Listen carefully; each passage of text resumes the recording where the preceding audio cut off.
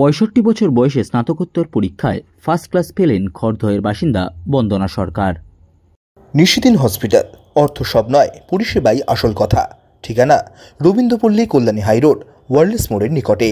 যোগাযোগ 8617781276। খুব অল্প বয়সে বিয়ে হয়েছিল বন্দনা সরকারের।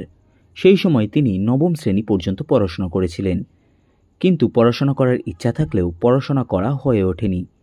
কিন্তু তার মেয়েকে স্কুলে দিতে গিয়ে মনে হতো পড়াশোনাটা করলে হয়তো ভালো করতেন তিনি।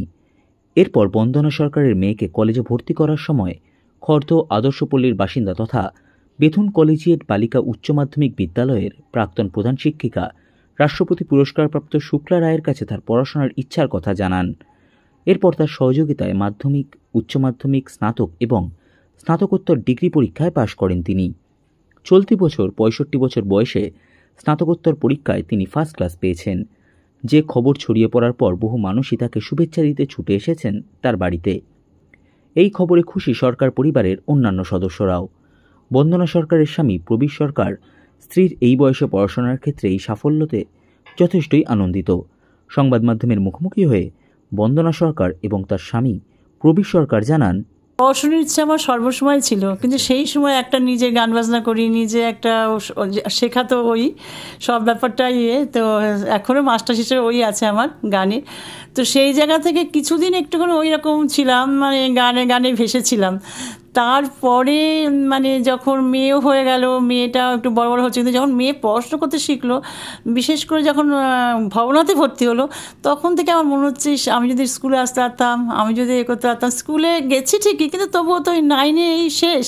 এবার আমার শুধু মনে হচ্ছে আমি এই তো কদিন পর আমার মেয়ে 9-এ উঠে যাবে, তাহলে আমার আর পড়াটা এবার হবে না। হ্যাঁ, জীবনটাই আমার বৃথা হয়ে গেল এই সংসার করে, আর মেয়েকে নিয়ে নিয়ে এইসব চলতে থাকবে, এটাই ভাবলাম। তো তারপরে মনটাকে আবার নিজেকে নিজেই বোঝালাম যে না, ঠিক আছে, আমি ঠিকই আছি, এটাই আমার পাওয়া ছিল, এটাই পাচ্ছি। তো যাই হোক, তারপরে আমি আমার মেয়েকে যখন কলেজে ভর্তি করতে গেলাম, যখন আমি সব ফর্ম তুলছিলাম, তখন আমার ভীষণ মনে হচ্ছে, মানে আমি ভাবতে পারছি না, আমি শুধু মনে হচ্ছে আমি কী করে পড়বো। আমার কি জীবনটা একদম মানে তখন মানে মানসিক দিক দিয়ে ভেতরে একটা সবসময় কুঁড়ে খাচ্ছে। আর যেহেতু আমার বাপের বাড়ি হোক, আমার শ্বশুর বাড়ি, আমার সবাই ওরা মানে গ্রাজুয়েশন কমপ্লিট করেছে, সবাই খুব শিক্ষিত। সেখানে আমাকে হীনমন্যতা সবসময় ভেতরে কুড়ে খাচ্ছে, যে আমি কারোর কাছে কিছু সেভাবে কথা বলতে পারছি না, কিছু এগোতে পারছি না। যখনই কেউ জিজ্ঞেস করছে আপনি কী পড়েন বা কিছু, আমি বলতে পারছি না। মানে এই জায়গাগুলো আমার ভীষণ আমাকে ধাক্কা মেরেছে, মনে ধাক্কা মেরেছে। তখন আমার মানে জিদি চেপে গেছে যে আমি পড়বই। হ্যাঁ, তারপরে আমি আমার দিদির কাছেই ফার্স্ট আসলাম, আমার শুক্লাদি, যে উনিও রাষ্ট্রপতি প্রাপ্ত পুরস্কার।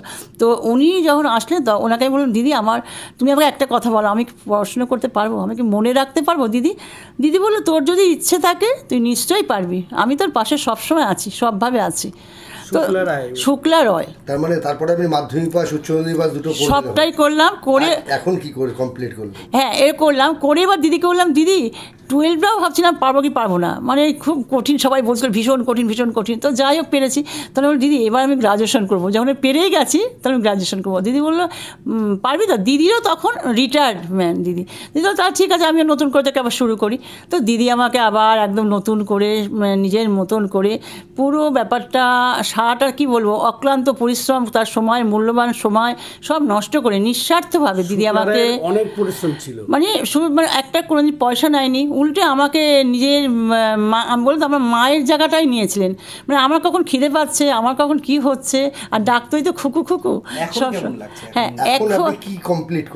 এখন আমি MA কমপ্লিট করলাম। হ্যাঁ, তো MA কমপ্লিট করে আমার মানে কি বলবো, আমি ভাষাতে বোঝাতে পারছি না যে মানে কী ধরনের আনন্দ হচ্ছে আমার ভেতরটা, যে কি হচ্ছে, মানে সেই নাচ মনে হচ্ছে এই কোথাও চলে যায়। এই কথা জামাইরা কি বলছে, সবাই ভীষণ, জামাই যেমনি পরিবারের সবাই ভীষণ ভালো বলছে। আমার দাদা তো মানে সব জায়গায় বলছে তোর কোথা থেকে দেখ শুধু ফোন আসছে, সব, আমি কাউকে চিনি না, আমার জামাইরও তাই, আমার মেয়েরও তাই, সব বন্ধু, শুক্লাদি নিজে, তার সব ছাত্রছাত্রীরা যারা সবাই ফোন করছে। আমার মিসেস এই জায়গাটাতে এসছে, আমি মানে আমার আনন্দে বুক ফেটে যাচ্ছে যে এত কষ্ট করেছে আমার স্ত্রী। এই কষ্ট করার পিছনে যা এনকারেজ করার আমাদের পাড়ার দিদিমণি শুক্লা রায় দিদিমণি, উনার সহযোগিতা এবং আমাদের সকলের আশীর্বাদ ছাড়া এটা সম্ভব হতো না। আর আমার মিসেস তো মানে সবসময়ই চেষ্টা করেছে যে করেই হোক আমাকে পাস করতেই হবে। সবাই একটু খারাপ নজরে দেখতো, এই অল্প বয়সে বিয়ে হয়ে গেছে তো ওর আর কিছু হবে না। হ্যাঁ, এটা সবার ধারণা হয়েছিল, ওর মাইন্ডে একটা সবসময় না, এটা সবার ধারণা হয়েছিল। মোটামুটি সবাই আমাকে সেভাবেই মানে করতো, মানে যতটুকু হওয়ার সবটাই হয়েছে। সাংবাদিকদের মুখোমুখি হতে পারবো, এটা অনেকেই আমাদের কাছে একটা বিশাল বড় পাওনা, বিশাল বড় পাওনা। এই দিন বন্দনা সরকারের বাড়িতে গিয়ে তাকে সংবর্ধনা দেওয়া হয় স্বেচ্ছাসেবী সংস্থা রোদ্ধার পক্ষ থেকে।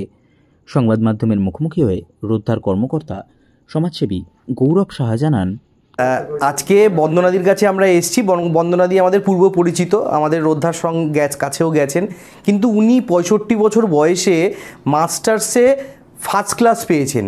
এর থেকে বড় অ্যাচিভমেন্ট আর কিছু হতে পারে না, কারণ এই সময় ঘর সংসার, অনেক শারীরিক অসুবিধা থাকে, মানসিক অসুবিধা থাকে, সেইগুলোকে উপেক্ষা করে উনি ওনার পরিবারের সহযোগিতায় প্রবৃদ্ধা আছেন এবং ওনার মেয়ে, ওনার অর্থাৎ কন্যা, জামাই প্রত্যেকে ওনাকে সহযোগিতা করেছে। আজকে উনি এই অ্যাচিভমেন্টটা করতে পেরেছেন, এটা আমাদের খড়দার কাছে গর্ব। কারণ আমাদের খড়দা এমনিতেই শিক্ষার দিক থেকে অনেকটা এগিয়ে, সেখানে এইরকম বারবার দৃষ্টান্ত তৈরি করা, মানে খড়দা তো এমনিতেই দৃষ্টান্ত তৈরি করে, ঠিক সেইভাবেই আজকে কিন্তু বন্দনাদি এই দৃষ্টান্ত তৈরি করেছেন, যেখানে খড়দার প্রতিটি মানুষকে, প্রতিটি অর্গানাইজেশন, প্রতিটি নন গভর্নমেন্টাল প্রত্যেকটা অর্গানাইজেশনকে ওনাকে আজকে অ্যাপ্রিসিয়েশন জানানো উচিত। কারণ শুধু উনি পাশ করেননি, উনি কিন্তু প্রত্যেকটা মানুষের কাছে দৃষ্টান্ত হয়ে উঠেছেন এবং আগামী দিনের জন্য অনুপ্রেরণা হয়ে উঠেছেন। যারা পড়াশোনা করছে, সেটা ছোট বাচ্চাও হতে পারে 3 বছরের, অথবা সে হয়তো 70 বছরের বয়স্কা বা মানে প্রৌঢ় বা প্রৌঢ়াও হতে পারেন, কিন্তু উনি যে দৃষ্টান্ত সৃষ্টি করেছেন এটা কিন্তু আর হওয়ার নয়।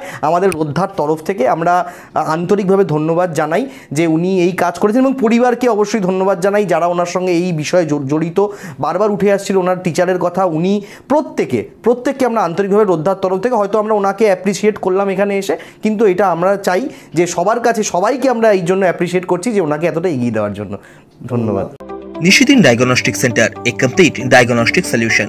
আমাদের ঠিকানা 144/1 সেন্ট্রাল রোড, আনন্দপুরি, ব্যারাকপুর, কলকাতা 122।